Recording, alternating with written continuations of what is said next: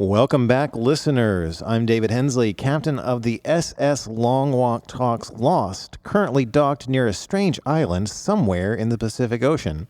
I am joined tonight by my bosun, Cara Hayes, and my first mate, Robert Bradford. Shiver me timbers. And we are continuing our 20-year retrospective of the hit ABC TV show Lost. As our longtime listeners may have heard, that's a weird way to have said that, but still technically accurate. Starting last September, actually, on the anniversary of the 20th anniversary of the first episode, we started this podcast, and in the time it took to air one full season of Lost on ABC, we watched and talked about 3 of them. Does that make us better than Damon Lindelof and Carlton Cuse? Why, I think it does. Yeah, I mean, fans can decide, but I think there's a case. it definitely makes us better than network television. It does, yeah. Yes, so typically a season of Lost would air from September through May, which is basically what we ended up bleeding over into June a little bit because of, things like holidays, and between seasons we'd watch a Lost adjacent movie, and we're going to continue doing that. It'll just be a little shorter this time. We're probably going to end up finishing the show sometime late winter, early spring 26, and we're all going to be sad about it. But that's not here yet. Tonight, we are picking up where we left off with Season 4, Episode 1, which aired way back in the year of our Lord 2007, January 2007 to be specific. They broke the mold with this one because of the writers' strike. The first 3 seasons all started in September. This one started in January, and so would the next 2 as well. I'll bring that up later because you know how much I love doing the relevant dates thing because I'm a nerd. So let's go ahead. Oh, before we do that, so we had talked about not doing themed meals anymore, and I'm not on board. well, I think the thing is, we're not going to try to force it. We came up with some weird ones, and I'm not saying they weren't good and I didn't enjoy them, but there was always a point where if something wasn't immediately obvious, we'd sit here going, well, Jin's Asian, or, It started to feel a little bit like we were reaching for some stuff. Food. Sawyer's from Tennessee. Hurley worked in a fast food restaurant, so... Listen, whatever gets us the food. Yeah, exactly. We all love food here. We might do a few more of those throughout the next 3 seasons of the show, of Lost. But I think we're going to not try to push them as much. And we've also floated the idea of doing themed cocktails as well, which I'm fully on board with because I'm a borderline alcoholic. But this week, it accidentally worked out, as Robert pointed out. Kind of the theme of these first 3 episodes is everybody striking out on their own, picking teams, and that's sort of what we did here. I went and got food from the Food Lion Deli and brought Cara snacks for dinner, and Robert scrounged up his own thing. Just made some pasta we had left in the fridge. Yeah, so I think, Robert, that makes you the John Locke of the group, which I guess makes me the sweaty, panting Jack. And Cara, Don't make me be her. I wasn't going to say that. Good. I was going to ask you who that would make you. Juliet? I don't know. Yeah, let's go with that. The Hurley Yeah. who sides with me but wishes he'd sided with David. Probably. Yeah. So let's go ahead and kick it off with episode 401. It feels good to be doing this with you guys. Again, I missed this so much. We said it we've in the last episode repeatedly. It's not like we didn't fucking see each other. We see each other all the time. But we weren't watching Lost together all the time like we used to, and now we are again. So let's talk about episode 401, The Beginning of the End, which takes place on day 91. It's still day 91 from the end of season 3. And this is a Hurley episode, which I feel like we usually kick things off with a Jack episode, don't we? Yeah, I think we had Jack flashbacks in the start of season 2 and season 3. Jackbacks. Yep. Now, this episode comes out swinging because even the previously on section has a replay of the scene in the season 3 finale where Charlie meets his watery end. And so we're all just, kind of emotionally primed right from the get-go. So much so that the show kind of swerves again, because seasons 2 and 3 both start with showing us a character we haven't met before in what seems like kind of a domestic setting, whether it's Desmond in the Hatch or Juliet in her kitchen, and then slowly reveals that, nope, this is taking place on the island. Season 4 starts off with a pile of fruit in front of a blue sky, and then a car crashes through it as we are on a chase through downtown LA. So instead, for the first time, we start a season with a scene set off the island. And hasn't downtown LA seen enough car chases? I mean, come on, Hurley. I don't think it was an accident that he hit that fruit. He's in a car chase. He sees a fruit stand. You've got to do what you've got to do. You gotta. If I ever find myself in a car chase and I see a big pile of fruit or a plane of glass, if somebody's walking by holding a big plane of glass, I'm crashing through it. I don't even have to, really do much. I would just crash through fruit for the fun of it. Have either of y'all seen the new Naked Gun movie? No, not yet. I'm so sad. I don't want. There's a fun sequence with him like driving his car down the road and like people crossing in front of him that I don't want to give away, but pays off that idea very well.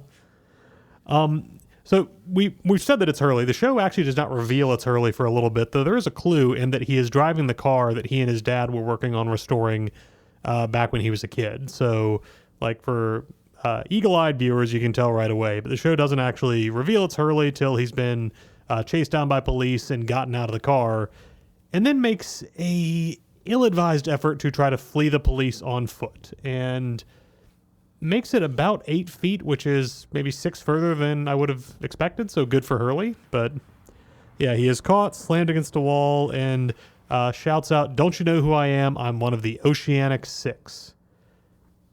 And in that moment, fans all over started like just flooding forums with, okay, who are the others? Because we see Jack watching it on TV, and we know that Kate is also off the island. Hurley makes 3. Who are the other 6 who made it? Yep, and this is also where viewers started carefully keeping track of, wait a minute, who is that? Are they for the rest of the season? Because we don't, if I remember correctly, find out like who exactly they are until the very end, right? I'm trying to remember. I think the last one we get confirmation of is Aaron, if I'm remembering correctly. There are some swerves in there. This season is really smart about the way that it tricks the audience. My wife Gina, who is watching the show with us and has not seen all the way through, this is her first time watching the show, was very convinced that Sawyer was one of them because of Kate's line in the season 3 finale, "I have to get back, he'll be expecting me." So she took that to mean Kate and Sawyer were together off island. Well, yeah, we just for funsies, when we were getting our tattoos, the tattoo guy was like, "Hey, I got a TV in here. You can put it on whatever you want." And we were like, "Okay, let's start season 4 of Lost," which is what we did. And we started talking about the Oceanic Six, and Gina said it with such conviction. She's like, "Okay, so Jack and Kate, and now Hurley and Sawyer." And me and Robert were like, "Yeah, Sawyer. Could be. Sure." Anyway, continue, Robert. Well, so Hurley is taken to a police station where he is interrogated by always welcome guest star Michael Cudlitz, who previously appeared as Ana Lucia's partner, but is just a wonderful TV actor, probably best known to fans of The Walking Dead as Abraham, but he was on I think cop drama Southland. He was on an episode of Buffy that was a lot of fun. I think he played Lex Luthor on one of the CW shows not long ago. Just great actor, and it's nice to see him come back. And we get a little clue when he's questioning Hurley. He mentions knowing Ana Lucia and asks if Hurley met her, suggesting like maybe you met her on the plane or before it took off, and Hurley just says he didn't. So we're also getting a clue that this guy doesn't know that they were on an island, that they would have had a chance to meet each other after the crash. Just the way this teases out like the story of what the outside world knows before we kind of get confirmation later in the season of what the official narrative is also just really fun. Robert, you were on a tear here with these notes while I was eating chicken wings. So you take the reins for a little bit. So we eventually do go back to the island where Jack has just finished calling the freighter, and they're sending a team to come pick them up. And Jack's feeling really good about himself. He's on top of the world, smiling, and he looks over at Ben while he's communicating with the freighter and gives him a big old satisfied wink. Because for once in his life, Jack Shepherd feels like he's a few steps ahead of Benjamin Linus. Keywords feels like. Start your clock on how long that's going to last. Now, Ben, of course, is continuing doing what Ben does best, which is say things that make people punch him in the face. When he tries to tell Russo to just get Alex as far away from all of this as possible, and when he refers to Alex as his daughter, Russo just...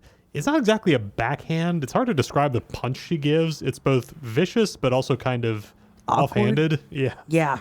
And says, she's not your daughter, to Ben with conviction, which, again, is a call forward to a very intense scene where Ben himself is going to say that later on. Wow, yeah, I did have a lot of notes. Yeah, this note makes me sad, but also I had not thought of that.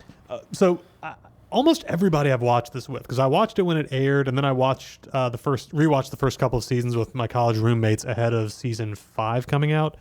The scene where they're on the beach and Hurley just feeling, again, everybody's feeling good. They're coming to be rescued. He goes and does a cannonball in the water, and we get this lovely shot of Jorge Garcia underwater with a big smile on his face.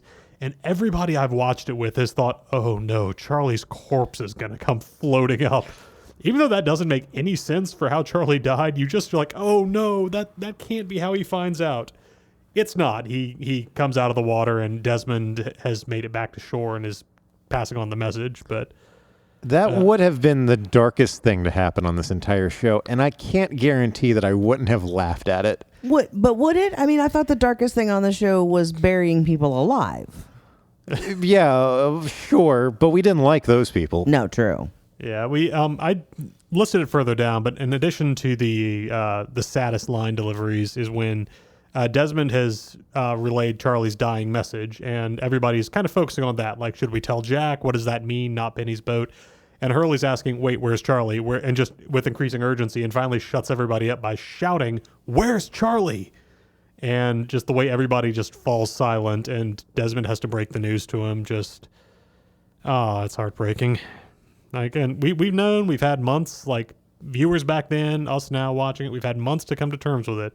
And just having this episode where first Hurley and then Claire have to process that is just tearing the wound open again. See, I don't know if you mentioned it below, but when he has to tell Claire, like, just that look on his face, like, broke my heart. I was like, oh. Yeah. In slightly lighter news, Jack's very brief window of being ahead of Ben Linus immediately comes to an end because the freighter calls back and asks him to put Naomi on, which is awkward because we last saw her falling to the ground with John Locke's knife sticking out of her back. And Jack tries to make an excuse, looks over to where her body was, and it's gone. And Ben just kind of smugly explains that, oh, yeah, I don't know where she went, even though he clearly saw her crawl away.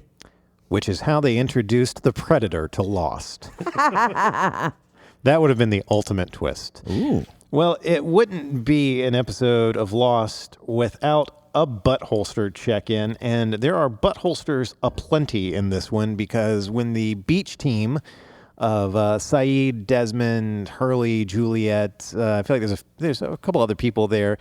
I mean, it's all the survivors of the attack at the end of season 3. So Jen and Bernard as well. When it's time for them to go off and rejoin the others, they all pick up the new guns that they have acquired.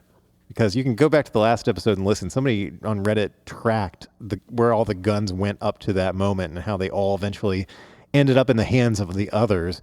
Well, now some of them have ended up back in the hands of our Losties, and they all proceed to stick them down the back of their pants. Like you do. Like you do. Cara, this one's you? So when they flash to, or, well, no, I guess when we pick up with Hurley in the present, he is in a mental institution. Like, he really enjoys being there. We don't really, know much except for his run from the cops. And well, he is extremely excited when the cop threatens him with being put in a mental institution. Hurley starts almost crying in relief and hugs the cop. So. That's true. That's true. Well, when it's time for his medications, I don't think there has probably ever been a nurse that attractive in a mental hospital. You and I have clearly been watching different online videos. Oh. What? Listeners, if any of you out there are attractive nurses, Cara Hayes' views do not reflect those of Long Walk Talks or Long Walk Productions. She's on an island all on her own there. As usual. Please don't sue us. Anyway, Robert. So yeah, Hurley gets a visitor in the mental hospital, and I start feeling very sad for a different reason, because his visitor is played by the late, great Lance Reddick, who died far too young back in 2023, but left a brilliant career behind. Cedric Daniels on The Wire, Charon, the concierge in the John Wick films. He was on Fringe. Just wonderful, wonderful actor. Just tremendous presence. Really beautiful, deep voice. So great to show up on this show, but man, I am so sad when I see him because I miss that guy. Yep, and he is playing a character introduced as Mr. Abaddon, which sounds biblical. And Robert, you're our local Bible religion expert. What's the significance of the name Abaddon? So Abaddon is the name in sort of Hebrew scripture. It's sort of a pit that's associated with sort of the lake of fire that's sometimes depicted alongside images of hell. In the book of Revelation in the Christian New Testament, Abaddon is actually depicted as the name of an angel, also called Apollyon, a destroyer who basically is set loose on the world at the head of an army of locusts that sting and torment all those who are not marked as sort of God's chosen, and those who are stung by the locusts of the horde suffer for 5 months. So the sort of nightmarish figure unleashed on the world in this apocalyptic revelation. So, a guy who just, we should feel very optimistic about. I'm sure he's here to bring good news to everybody. Absolutely. Well, he's there to bring good news to Hurley, naturally. Yeah, and you also can get an upgrade. Yeah, all of that sounds horrible. Yeah. Thank you for that explanation. Yeah, as a kid who was part of an evangelical church in the 90s, I read the Left Behind books, and they had a lot to say about that guy. Oh. The angel from Revelation, not the Lance Reddick character. Oh. Back on the island, we get I guess I should mention, he does ask Hurley, are they still alive? So just like teasing up the mystery of, okay, what do people know? What do people not know? What do people suspect? And Hurley freaks out when he realizes that this guy isn't who he says he is. And back on the island, they're all still tromping over to try to meet up with Jack's group. And we get some nice character development for Sawyer, who, recognizing just how much Hurley is dealing with, tries to step back to talk and see if Hurley wants to just share how he's feeling. And when Hurley clearly doesn't want to talk, Sawyer offers to have everybody, to have the rest of the group slow down a little bit so it's easier for Hurley to keep up. And Hurley turns that down as well. But it's a moment of Sawyer just trying to do two nice things where there's nothing in it for him. Yeah, this is the Sawyer that we all remember and love. After the show's repeated attempts to backslide Sawyer's character development, now he's locked in, I feel, for the rest of the show. I feel like we have said this a few times now, but is this Jorge Garcia's best episode? This might be his strongest performance, and we're probably going to say that again, because he's one of the few characters to make it to the bitter end. But fuck, he's good in this episode. Yeah. He really has so much to carry, because he's got to still be Hurley. He's got to have his funny moments and the lines where he's just reacting the way an ordinary person would to all the craziness. But also, yeah, the grief that his best friend is dead, the fear and the nervousness in the flash forward sequences.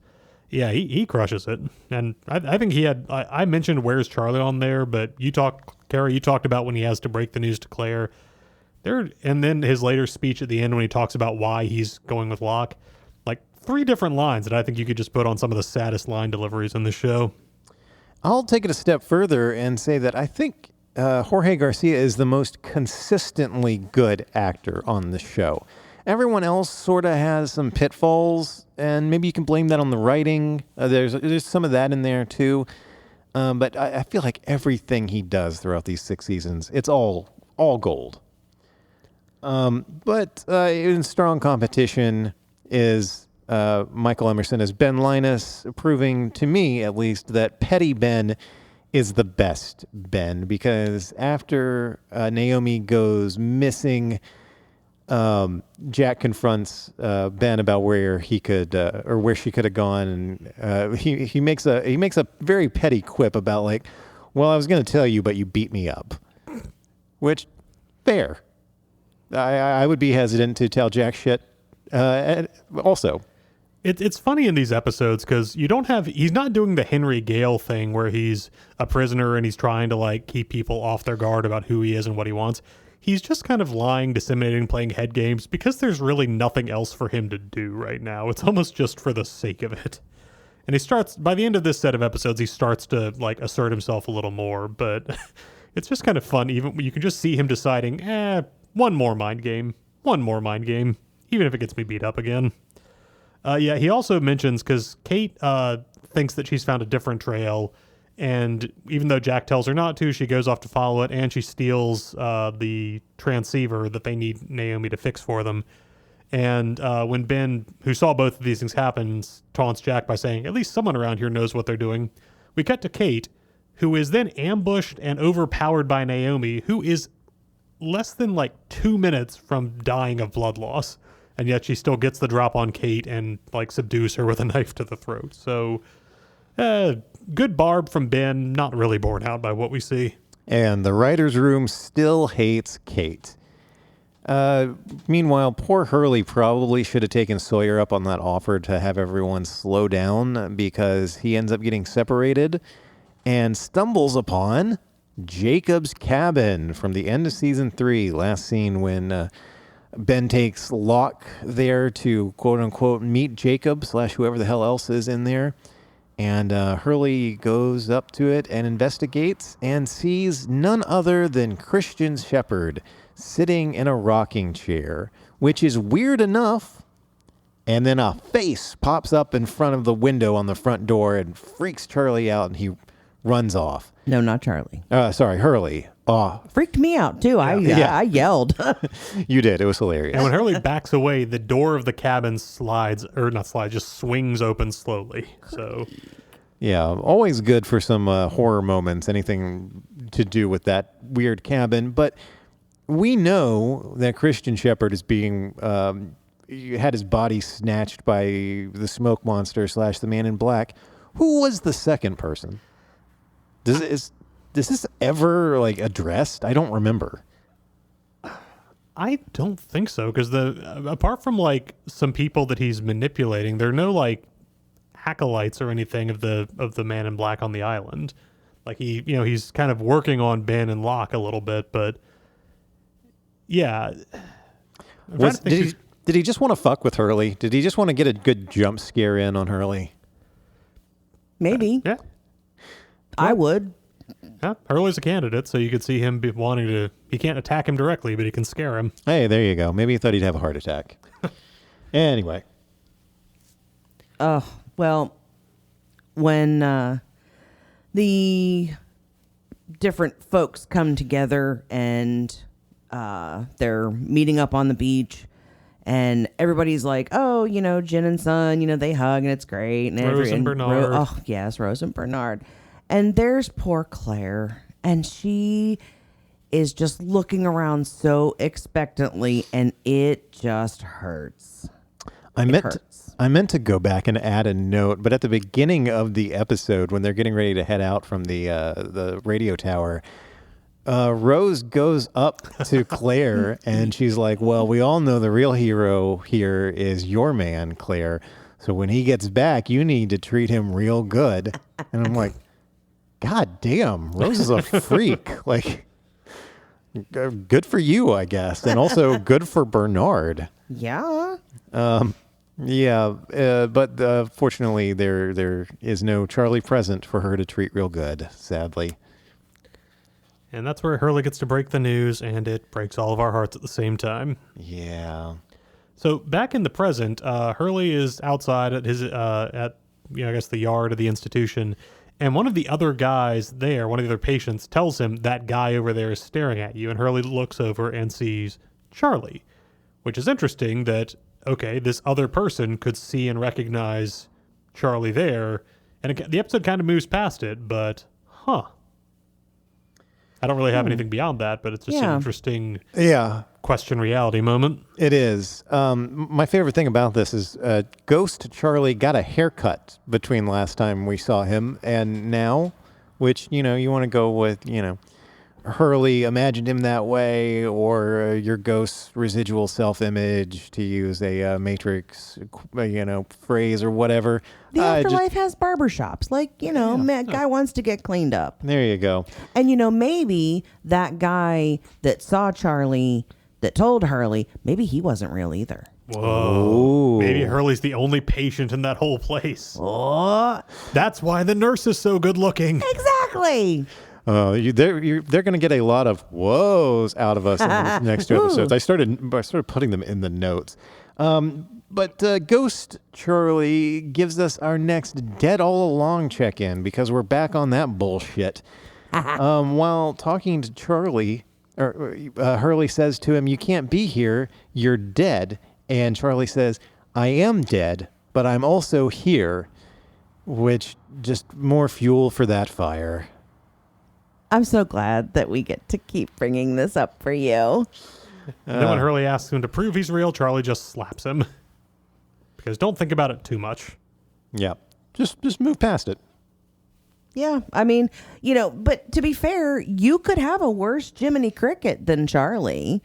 I mean, he is totally Hurley's little conscience guide person thing. Telling him he needs to get back to the island because they need him. Yeah, but the best part here is he doesn't outright come out and say you have to go back to the island. He just says you know what you have to do, laying the seeds for what is going to take up a lot of this season's flash forwards and the beginning of season 5. Yeah, I like that I'd forgotten that they start that groundwork here very early.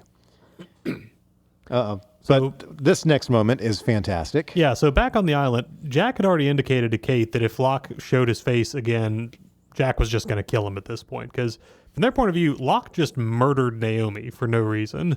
Except that he was so paranoid and crazy about these freighter folk. And when Locke he finds Hurley in the jungle and then goes with them back to the rendezvous, at which point Jack punches him, wrestles the gun out of... it's actually not in a butt holster. He's got it, I think, in the front or the side of his pants. So, yeah, Locke, if you had a butt holster, this wouldn't be an issue. Exactly. But Jack gets the gun up and with Locke on the ground, holds the gun right in front of his face. And Locke kind of calmly says, "You're not going to shoot me, Jack, any more than I was going to..." Click. Because Jack just pulls the trigger on him in the middle of the sentence. And Locke, just looking, not seeming like he has much of a reaction because he's too shocked, just goes, "It's not loaded." Just almost a little embarrassed about that. But it's just such a great moment to emphasize how far Jack is past the point of tolerating any more of Locke's crap. And just setting up the schism that is about to happen among the survivors. Well, and it's not just that the last time they saw him, he killed Naomi. He also pulled a gun on Jack and was threatening to shoot him, even if the gun was unloaded. I'm on Team Jack here. I also would have pulled the trigger. Yeah. And so... Locke announces that those people aren't coming to help us. We need to go somewhere safe, so let's all go to the others' barracks where we can hole up a bit. And Jack doesn't think anyone's going to go with him, but then Hurley points out what Charlie said and announces that he's going with Locke. And, for all the grief that we've given Jack as a protagonist, the look of hurt on Matthew Fox's face as he realizes that he's losing Hurley is very affecting. It's just that moment of he never really thought this guy wouldn't have his back. And when Hurley goes, so do a bunch of other people, including Claire, little Aaron, and Sawyer ultimately goes with them. Bernard suggests to Rose that they might go because he knows Rose doesn't want to leave the island for fear that her cancer might come back, but Rose has no intention of going anywhere with John Locke because she's a sensible woman. Yeah. And this episode really goes to prove that both narratively and character-wise, Charlie's death was the most impactful one of the entire show. And an argument could be made that later on that's going to be Locke, but really, in terms of like how much a death affects the other characters and the course of the show, nothing else that came before this or after really compares. You can't put like Shannon and Boone or Anna Lucia or Libby. I mean, maybe an argument could be made for fuck, I forgot their names. That ruined this joke. The Dum Dums. Those two. Nikki and That Paolo. they Nikki varied and a lot. Paolo. I mean, maybe they're close to the same caliber, but the after effects of Charlie's death are felt for the rest of the show. And again, you could make the argument for Locke, but I don't think that's the case with him. I think this is the most important, most impactful death on the show, and this episode really drives that home. It's the one that 20 years later I still remember. I still remember that whole sequence, and it never fails to make me cry. And it speaks to what a good job they did of building him back up in the back half of season 3 after kind of a season and a half of being a little aimless as a character. That, yeah, it really does feel like there is just a before Charlie and an after Charlie, that the show is just in a different phase now. And while there are other factors beyond just him not being there, it really feels like that's the point that everything's turning on right now. Cara. Oh, yes. Yeah. So we had talked, Hensley and I, about, you need to pick a side. And I thought about it, I'm like, okay, I go with Jack or go with Locke. And even though, Locke is a complicated person, and as much as I like, toilets and air conditioning, I wouldn't want to leave the island either. I mean, His plan to go to the barracks isn't a bad one, because at least they have electricity and running water and toilets. and homes and yeah, it's like this cute little town, and I could totally live there. 100%, yeah. And I wouldn't have to go to work anymore. I think the flash forward switch up was great for a lot of things on this show and shaking up the narrative, but it was especially effective, in my opinion, at tension building, because Jack goes to visit Hurley at the hospital at the end of the episode in the flash forward, and ultimately reveals, because Hurley brings it up, he's there because he wants to know if Hurley is going to tell. And Hurley tries to assure him that he's not. But everything about this episode raises so many questions. Who is he going to tell? What is he going to tell? Who are the rest of the Oceanic Six? What did Mr. Abaddon mean by, are they still alive? There's so much great tension building here. I love it. And just how does Jack get from the guy who's clearly trying to keep the status quo, keep the secret, whatever it is, to the guy who is drunkenly, beardedly ranting at Kate about needing to go back to the island? Like, what is going to get him to that place? Oh, yeah. I forgot about that. Well, he even mentions to Hurley that he's thinking of growing a beard, and Hurley, speaking for the internet, says, "You'd look weird with a beard, dude." Yeah. Back on the island, we get one of those scenes that I always love in a long-running show where two characters connect back to an early moment. So in this case, you have Jack and Kate just looking into the cockpit section of the plane, which was where they went with Charlie all the way back in the pilot, and just thinking about how much things have changed since then. And he says, it feels like 100 years since we came out here, which is great for how far the show has become. I think it's interesting. In real life, it had been 3 years, probably 3.5, 4 from the time they shot it up to this point. But really for them, it's only been 91 days. And then we get our first of the new cast of characters. Yes, Jack and Kate look up to see a helicopter flying overhead. A figure comes out of the helicopter in a parachute. They run to where the figure is, and the show gets 300% squirrelier as the figure turns around and reveals Jeremy Davies. Just eccentric character actor extraordinaire. And another reason that I feel like we should watch Justified after we finish this, because he's a great character on that show as well. Oh, fun. It's so crazy that after Saving Private Ryan, I think there was a period where people thought he maybe might have a leading man career, and he just is not cut out for that. He is so good at these off-kilter weirdos, and we're going to see a lot more of that in the next episode. Yeah, I can't wait to see how weird Daniel Faraday gets. But we're going to move on to episode 402, Confirmed Dead, which picks up at the end of day 91 and goes into day 92. And this is a helicopter team episode. Lostpedia refers to them as the science team. I don't like that term. I don't know why. I don't know. They're not like, only two of them are scientists. One is, as somebody derogatorily says, a ghostbuster, and the other's a pilot. I guess they're the non-kill team, because that's the other, like, there's the crew, there's the kill team, and then there's these guys. So, like, the ones who aren't just there to murder people. Well, surely at this point, they've been hinting at it and playing with the audience for a while now, but obviously the whole were they dead all along thing has to be dead and buried. Oh, fuck, god damn it. This episode starts with an underwater team finding, quote unquote, the wreckage of Oceanic Flight 815.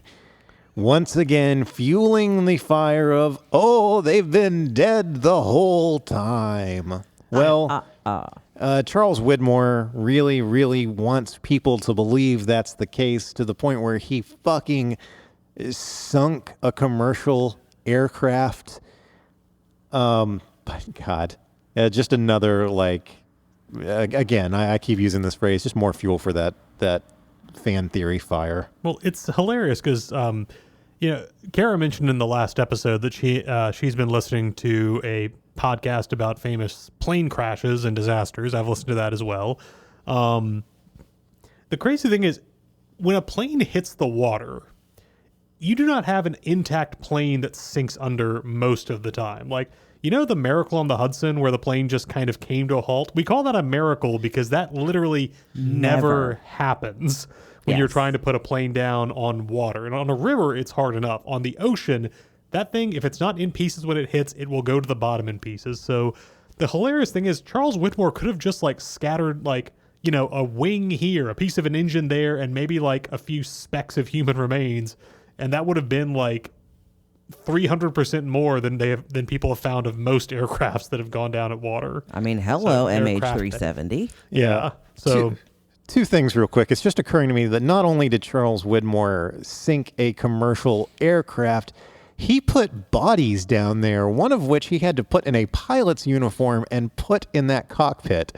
That is extra fucked up. Two, it's just occurring to me that podcasts were just starting to become a thing when this episode aired in January of 2008. If this happened now, if this were real life, there would be so many podcasts talking about Oceanic Flight 815 and the Caras of the world on there debunking. No, a plane that crashed like that would not still be intact. This is bullshit. What are they trying to put over on us? Exactly. Not to mention the fact that they would not show the bloated body on television. Yeah. Oh, my God. But it's important to whatever. No, but me. Well, after the revelation of the plane crash at the bottom of the ocean, we see the helicopter team in an electrical storm, all of them jumping out. And Faraday's the first one out. And as he is parachuting onto the island, they got away with saying shit on network television in 2008. It's very understandable in the context. Oh, yeah, 100%. But I only noticed because we keep the closed captioning on, and there's a very clear, shit as he's crashing. This is a rare one for us. It's a not butt holster check-in. As Robert pointed out in the last episode, Locke did the sensible at the time thing of putting it in the front of his pants, even though that got him disarmed. Daniel, when he lands, takes his gun and puts it to the side, near his hip, where it would be much easier to grab. So good for you, Daniel, doing the smart thing. The thing that I love about Faraday is as soon as Jack and Kate come up to him and start talking to him, he immediately just comes off as the shiftiest guy imaginable. And unlike someone like Ben Linus, where it's just this guy's a master deceiver weaving an impenetrable web, with Faraday, it's just, this guy is so weird and awkward, even when we know he's telling the truth. He'll say things like, the helicopter was in trouble and I had to jump out. but he just says it with so many like glances aside and weird pauses and stutters that you're just like, well, obviously he's making that up. No, wait, hang on. We just saw that happen. It's definitely true. It's just such a fun dynamic because it's a guy who's so bad at lying, he even sounds like he's lying when he's telling the truth. This is the second episode in a row where the opening credits list Harold Perrineau as a recurring cast member, which hasn't been the case since the end of season 2. He was gone for the entirety of season 3 and is not present in these first 3 episodes. In fact, won't appear until, what is it, episode 8 of this season, I think, or 9, something like that. They just keep teasing it, and I wonder what audiences who paid attention to the credits in 2008 were thinking, like, oh shit, where's Michael? He's back in the credits, but we haven't seen him. Yeah, really weird decision to plant that so early instead of, I mean, it's still a surprise how he shows up, the manner in which he comes back to the show. But it just seems it's an odd decision on their part, in my opinion. I was trying to remember at the time if it was publicized in advance that he was coming back, and it must have been, because if they wanted to keep it a big secret, yeah, he wouldn't have been in the credits, but it is just odd to see. Another thing from the credits that I saw, this episode is written by Drew Goddard and Brian K. Vaughan. I think I've mentioned Goddard before. He wrote some episodes of last season, but just a terrific genre sci-fi writer. He wrote The Martian. He directed Cabin in the Woods. He created the Netflix Daredevil, just really good sci-fi fantasy writer. Brian K. Vaughan has done some screenwriting, mostly known as a comic writer, created Why the Last Man, Runaways, but really fun to see both of their names on there because these are just 2 really great names in this field. Well, let's not forget, way back in season 1, Walt was reading a Why the Last Man comic book. That's right. I forgot about that. Yeah. The continuity is getting... Continuity-er? Yeah, there you go. A little more wibbly wobbly for the Doctor Who weirdos out there. We get a Sawyer nickname watch/check-in. He calls Locke Colonel Kurtz, which is an Apocalypse Now / Heart of Darkness, if you're a literary nerd reference. And this made me realize, did we actually go a whole episode without Sawyer using a nickname? I think he calls Hurley Essay at one point, which is actually just kind of an affectionate thing to say. Right. So, yeah. Yeah. Even when he lost the bet in season 3 and couldn't use nicknames, he still did. That's really upping the stakes of that first episode. The fact that Sawyer didn't use a nickname at all, but he makes up for it because he gets 2 in this one. Later in the episode, he calls Ben Yoda. Kind of a stretch, but I'll allow it. Possibly a reference both to his height and his kind of elusive way of speaking. When he's talking to Locke, Locke explains that Ben shot him and left him for dead. And Sawyer's skeptical because Locke seems to be walking around fine, and Locke shows him the bullet wound, which was basically a through and through in his lower abdomen, explaining that he was largely unharmed because he no longer had a kidney there for the bullet to hit. Meaning, for the first time since that surgery way back when, John Locke doesn't want his kidney back. It's during this conversation that he also tells Sawyer he received his instructions on what to do next from taller Walt. Which I confirmed with these guys. I couldn't remember. We brought it up in the episode where Walt appeared to Locke at the end of season 3, or towards the end of season 3. It's worth mentioning again, and we'll talk about it later when we get to the episode Meet Kevin Johnson. But in the show's context, Walt astrally projected himself onto the island 22 days after he and Michael left the island. They left on day 67. This episode is not this episode, but the one where Ben shot Locke and left him for dead, and Walt appeared to him, was day 89. So 22 days apart. That's going to create a hell of a continuity issue in just a few episodes where we find out what happened during that time frame, because as we said, Harold Perrineau is back. We haven't met him yet. We haven't found out why. but a little over, by the time of this episode, a little over 3 weeks have passed since they left the island. It's going to start getting real weird real soon. That we'll talk about it when we get there, but that never occurred to me on first watch, and now I feel like it's never going to get out of my head.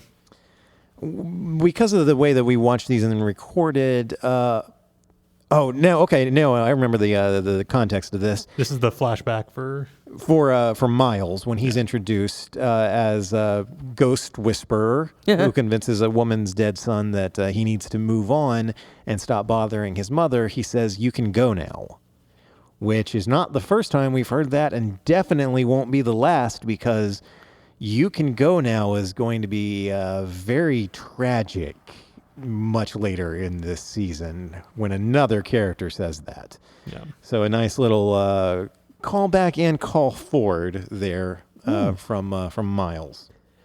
So back with Locke's group, Sawyer not unreasonably questions why they're keeping Ben with them or alive at all.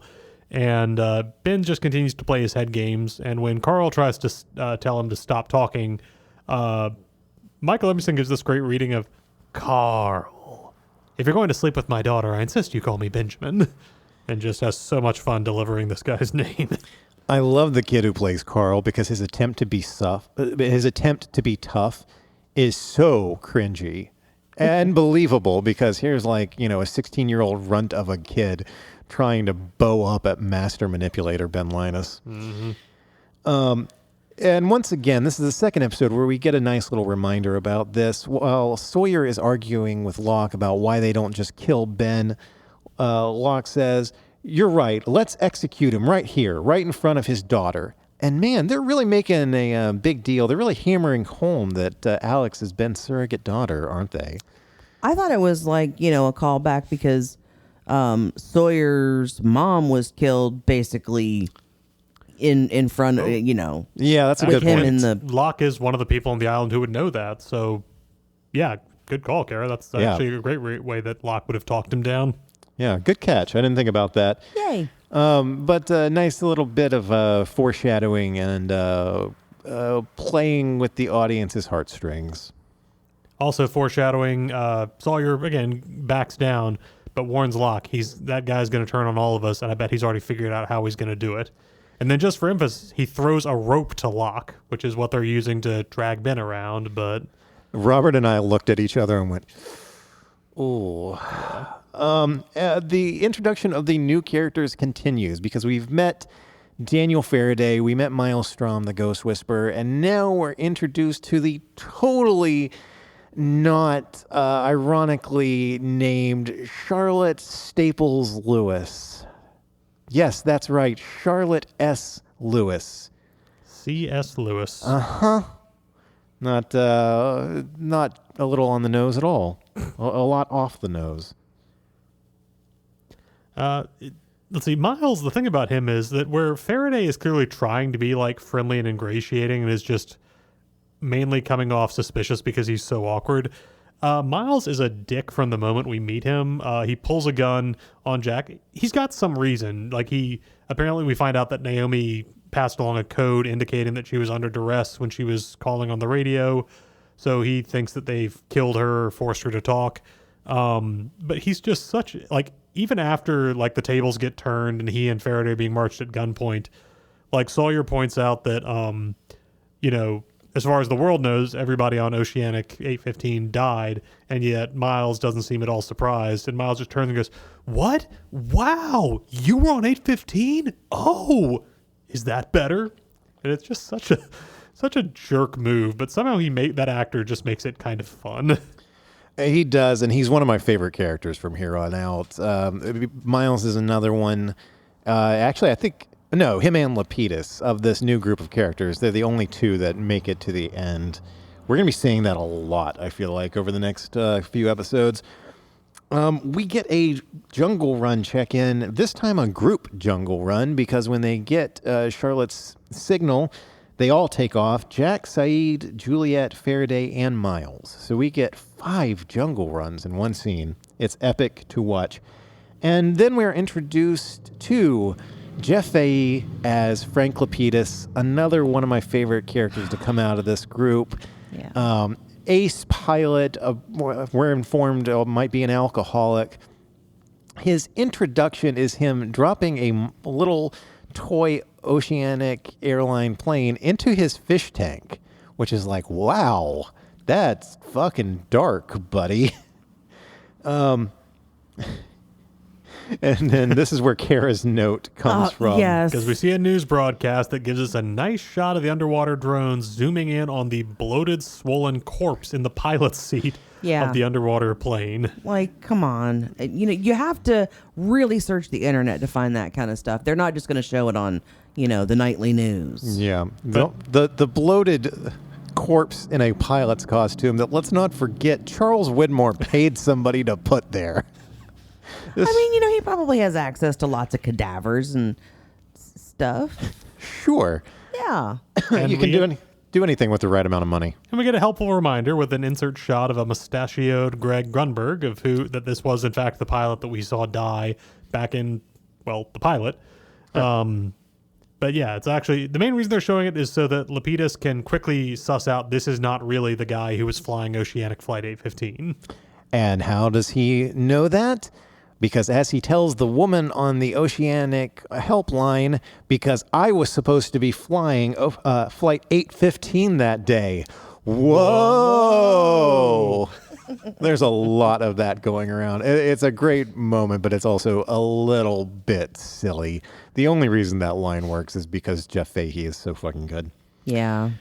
Well, after this, we get to see a cow. I was very excited when the cow popped up and mooed. As Lapidus stumbles up a hill so he can find a spot to launch his flare, which, again, continuing good gun safety from the people on the helicopter. He kept his flare not in a butt holster, but in his pocket, and it wasn't loaded. So he takes the time to load it after. It's like, okay, yeah.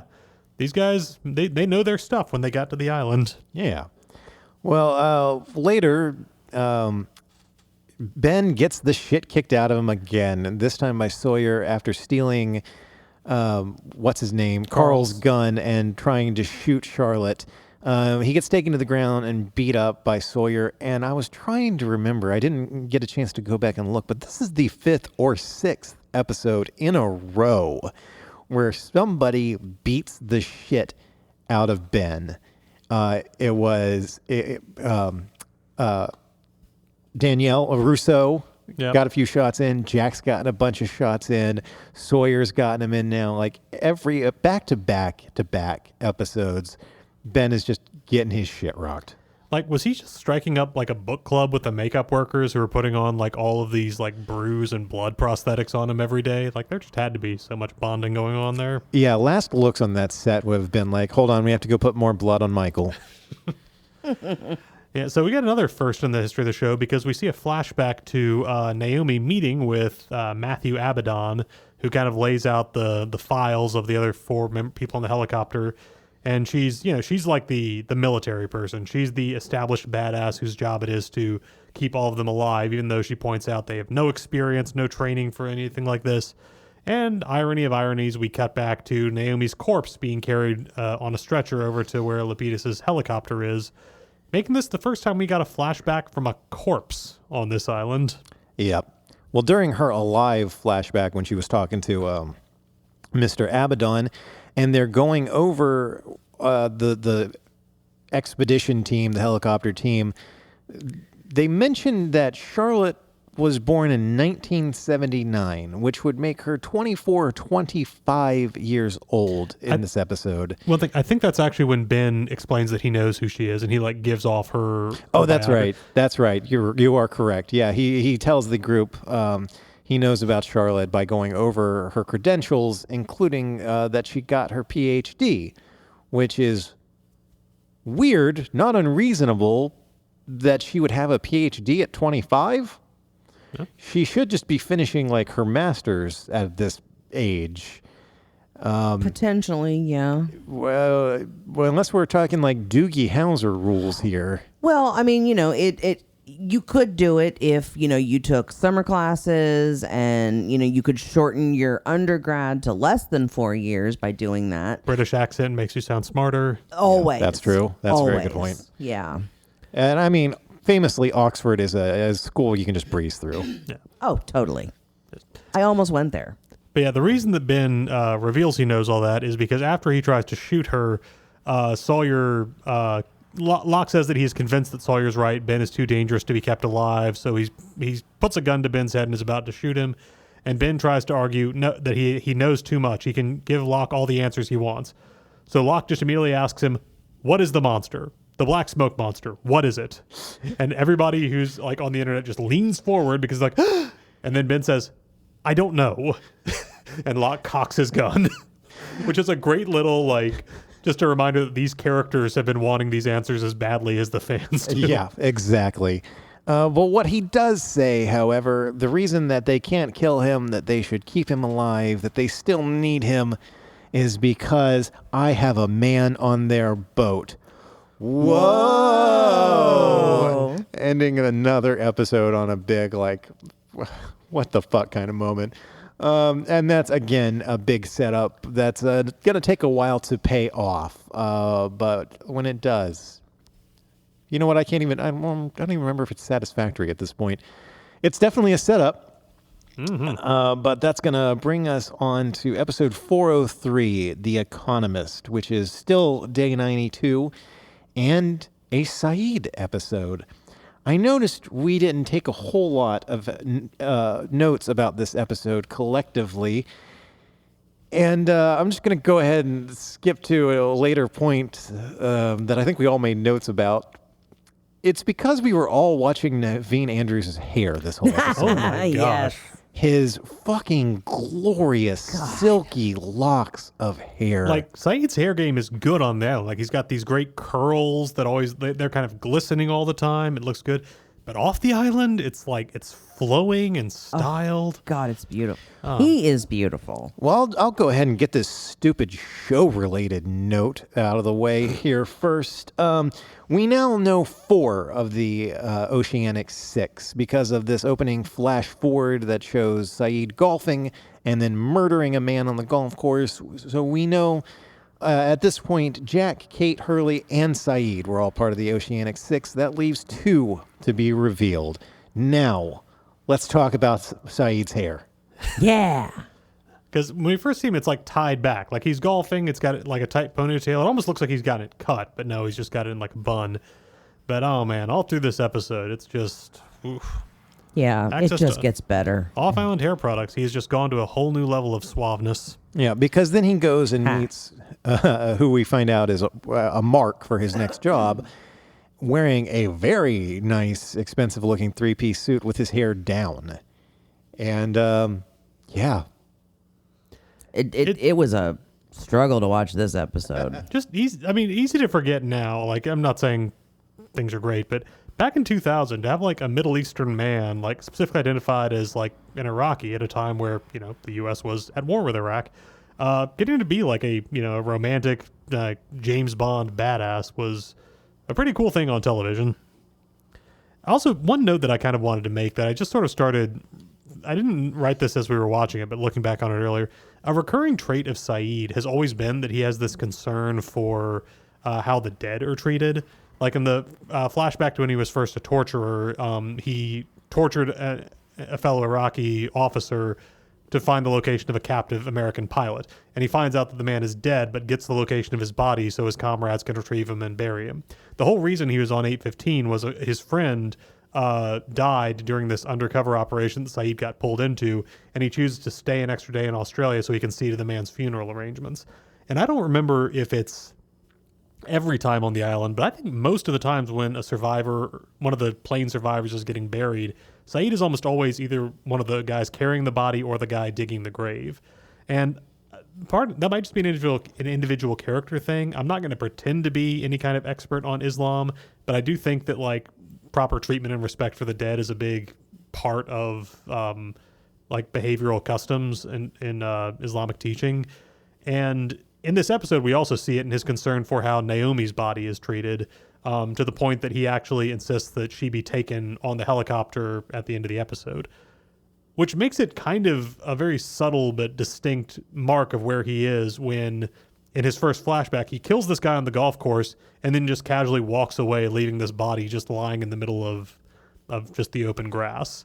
That he's just in a very different place than the guy we've seen pre and during his time on the island. Yeah, and at the end of the episode, the circumstances are a little bit more dire because he's just been shot, but he does leave Elsa's body there. Yeah. We get another Sawyer nickname watch. This time he calls Ben Gizmo. Do we think that's a reference to Gremlins? That's what I was about to I think say. he's calling Ben a gremlin. Yeah, I think that's a safe assumption. Kind of. Another deep pull from Sawyer, though, which I Although- appreciate from him. Gizmo was the cute fuzzy one. That's a good point, yeah. But then again, who knows what the names of the other things were, the other gremlins? Wasn't there like Stripe and... Yeah, there was Stripe and the Flasher and yeah. Yeah. So we But I liked it. we can name two. Hey, wait, that's more than... Yep. That's more than Sawyer could name. That's why he went for Yeah. Gizmo. There we go. We also get a bit where Jack sends Juliet back to the beach because they find a picture of Desmond and Penny on Naomi's body, and they decide to go get Desmond to see if he can shed any light on that. And Kate talks about, and Saeed goes off to rescue Charlotte because Lupita says he won't fly back until he knows she's okay. And Jack, being left behind, gets teased a little bit by Kate, and he teases her back by saying, so I should wait 10 minutes and go after them anyway? And it's a cute little moment, and it's also nice that the writers are now far enough into the series that they can have characters call out their own behaviors. It does sort of ease down the annoying traits of Kate that we've all seen, but it's something that they do a lot more starting this season. And yeah, we also get similarly when they so let's see, it's Saeed, Miles, and Kate, I think, are all together when they get to the barracks. And they find Hurley there, seemingly left behind by the others, by not the others, but like the other survivors. Team Lock. There we go. And when Miles demands that Hurley tell them where everybody else went and calls him Tubby, Hurley just pauses and goes, "Oh, awesome. The ship sent us another Sawyer." And I started to make a note of it. I'll see if it's a recurring thing. I was going to add a Miles nickname check-in to the notes, but I feel like that's going to be a recurring thing from Miles, or I can't remember. We'll see what happens in later episodes. He calls Jack handsome in episode 2, but in like a kind of an abrasive way. And as of this episode, Saeed is now 0 for 3 on raiding others' camps. The end of season 2, it was abandoned by the time that he got there and turned out to have been a distraction. In season 3, him and Jack and Kate attempt to raid or sneak into an other's camp, and he immediately gets captured and disarmed. And now him and Kate and Miles try to sneak into the barracks again and gets captured and disarmed. Things are not working out well for Saeed. To be fair, in this case, it actually seems like he's not that bothered by it because we eventually find out that his plan was never to like force Locke to give him back Charlotte or to hurt anybody. But we back at the helicopter, Faraday gets some science stuff together, calls the freighter, and basically has them launch a small rocket towards where his beacon is. And he gets like a countdown on the radio of when it should be arriving, but it doesn't. And when it hits the ground later, it's been almost 30 minutes later than when it should have arrived. So it's so crazy because you're like, oh my gosh, there's actually a time discrepancy. Is the freighter like forward in time from where the island is? What does that mean? How long has it really been? And there's so many questions that you don't really stop to think about. Wait, did he just have them launch a rocket right next to their helicopter? Like if that thing had been like 6 feet to the right, it would have torn a hole in their only ride off the island. And Never thought about that. I can totally believe that Faraday wouldn't think about that either, but it's just so... Yeah. It would have been a nice thing for Lapidus to point out, though. Just a casual, like, hey, quick question. Did you have them shoot that thing at us? Which is absolutely the kind of thing Lapidus would do because he very quickly establishes himself as just kind of like the blue-collar working Joe. Like he's just there to fly a helicopter and all the other crazy stuff is above his pay grade, which is just really endearing. Meanwhile, during the attempted break-in/raid at the barracks, Sawyer is the one who kind of honeypots Kate and gets her trapped there so she can't interfere with Locke's plans. And they have a whole thing about why he stayed and maybe she should too, and what is she going back for? And she says, oh, so we could stay here and play house. God, they are still the least interesting romance on this fucking show. Yeah. And I'm keep thinking, like, is this got to be the beginning of the end of that, right? Because by the end of the season, Juliet... I don't think that actually gets introduced till season 5, because I remember season 4, Sawyer gets a very climactic kiss with Kate right before he makes a big decision. That's right. Fuck, man, another full season of this shit. Yeah, that is the one thing that I do remember kind of dragging this down a little bit, is they're still in the love rhombus with Jack, Juliet, Sawyer, and Kate. Ugh. But on brighter news, we do get this really lovely story, like sad spy thriller with Saeed clearly manipulating this woman to get close to her employer, only to find out that she was actually manipulating him to try to expose who he was working for. And it ends with she shoots him non-fatally, which allows him to reach his own gun and kill her. And it's just kind of this really beautiful encapsulation of all these facets of Saeed's character, that he is, at his heart, he is a romantic. He's also just doomed to tragedy with the women that he gets involved with. We still don't know, we haven't heard him talk about Nadia at all in this flashback. We don't know what happened to the woman he was trying to find when he got on 815. But that he's dangerous, he's romantic, he's doomed to tragedy. He's just such a great character, and this episode just gives him a very wonderful little mini movie for all of that. Yeah, and much like he being 0 for 3 on raiding others' camps, he's also 0 for 3 on romance as of the end of this episode. And we find out what happens to Nadia a few episodes from now, right? Yeah. Yeah. Poor Saeed's love interest. So eventually he does. So he reveals that his plan was to tell Locke essentially that he doesn't trust the freighter people either, but he wants to find out more information rather than just running and hiding. And he convinces Locke to give him Charlotte by basically saying, you can keep Miles.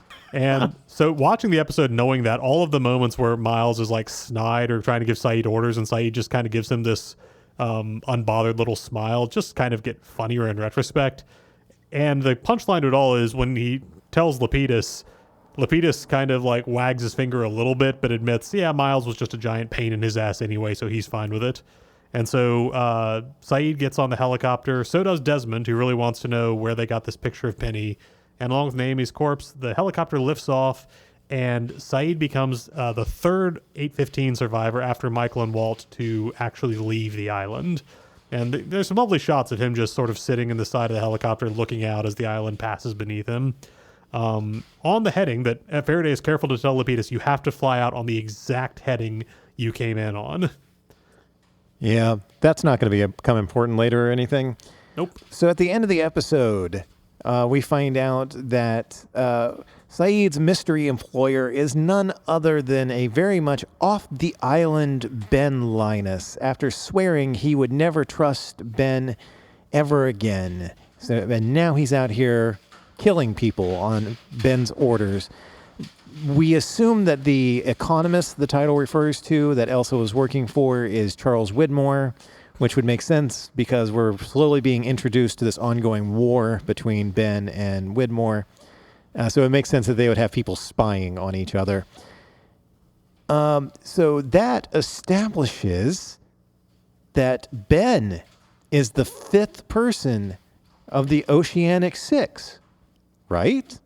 Well, no, because he wasn't an Oceanic. Oh, yeah, that's a good point. Yeah, because he wasn't, as far as the world knows, he and his dad just went off to join some hippie commune way back in the 70s. Oh, that's right. Yeah, that point doesn't stand as much as I thought it would. Listeners, just pretend I didn't say any of that. I can see other people being like, oh, Ben gets off the island with them too. Is he somehow one of them? But we'll find out at the end of the season. That's not how Ben gets off the island. Ben gets off the island in a much, much weirder fashion. And it wasn't the sub that Locke blew up.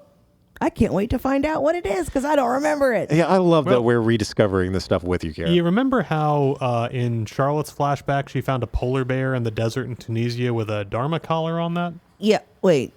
Oh. Yeah, funny how that happened. Yep, yeah, we just glossed over Charlotte's introduction, doing the Yeah. Indiana Jones thing, / if you want, the Dr. Alan Grant and Ellie Sadler thing from Jurassic Park. I was going to say more Alan Grant than Lara Croft. Yeah. Yeah, she finds a polar bear skeleton with a collar on it with the Dharma logo. Much like the ones that we have branded on us currently. So that's going to wrap up this week's batch of episodes. And, I'm a nerd for things like this. Here's some relevant dates for you that I found interesting. Most recently, September 29th, 2005 was when the pilot part 2, 2005? No, 2004. Yeah. Yeah, a little over 21 years ago. I'm bad at keeping up with this in our notes. A little over 21 years ago, September 29th, 2004, the pilot part 2 aired. And something else recently, so we're recording these a little bit ahead of when they're getting released because, again, the three of us don't spend enough time together. We're all going on vacation together. So we needed to be able to hit our release schedule on time. So we're recording this early, specifically on September 25th. And why is that important, Robert? So in the chronology of the show, September 25th is the day that, Locke created a whistle that he used to get Vincent out of the jungle so Michael could return him to Walt. And that was just a lovely little moment way back in the 3rd episode of the series. Also, Jack smothered the marshal to death. 21 years ago today, folks. One of these things is not like the other. Yep. So very recently, 20 years ago, on September 28th, that was when Adrift, episode 202, aired. And then 19 years ago, on October 4th, A Tale of Two Cities, episode 301, aired. And then what happened in 07, 08, and, well, no, because of the way it jumped, 08, 09, and 10? Nothing, because this is when the show skipped to running from January through May instead. Huh. So it'll be a minute before we get to anything relevant date-wise concerning seasons 4, 5, and 6. I've said it before. I don't know why I love shit like that. I just do. This batch of episodes gave us a few new saddest lines, including Hurley's "Where's Charlie?" Yep. And just preemptively, I decided to start keeping track of how long these seasons take place. Season 1 was 44 days. Season 2 is 23. Season 3 is 24. Season 4 only covers 17 days, you guys. Wow. Yep. And as I mentioned in the in our introduction, our welcome back episode, seasons 1 through 3 spanned 72 episodes. Seasons 4 through 6, 49. Thanks, Writer Strike. So that's going to wrap us up for this batch of episodes. We're recording these episodes back to back, so I think it's safe to say the things that we recommended last time are going to be the same thing that we're recommending this time. Robert, the book by Max Brooks. Max Brooks. Cara, you're excited for Welcome to Derry. I'm rereading it. All these things come highly recommended from the three of us, and also we all kind of just hate social media. Although I do plan on reigniting our social media presence, which fell off after our former co-host of This Is a Takeover and This Is a Rewind, Shelby Ray Patterson, kind of retired from podcasting after having a child, which is understandable. But she was also sort of our social media manager. And so our social media has not had any updates since she gave birth. So I think I need to get back on that. And also so I can show off our tattoos. Hell God. yeah. Yeah. So do you guys have any last things to say before we wrap up? It is good to be back on this flight with y'all. Amen. You mean this freighter? Yeah. Freighter, flight, submarine, Helicopter. drifting raft, There we go. any and all of it. I love it.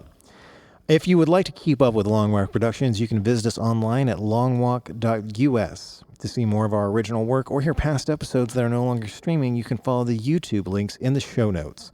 Thank you very much for listening, and if you enjoy this show or any of the shows on this network, I meant to cut that part out. There are no other shows on this network now. If you enjoy the show, please make sure to leave us a rating and a review on whatever platform you're listening on.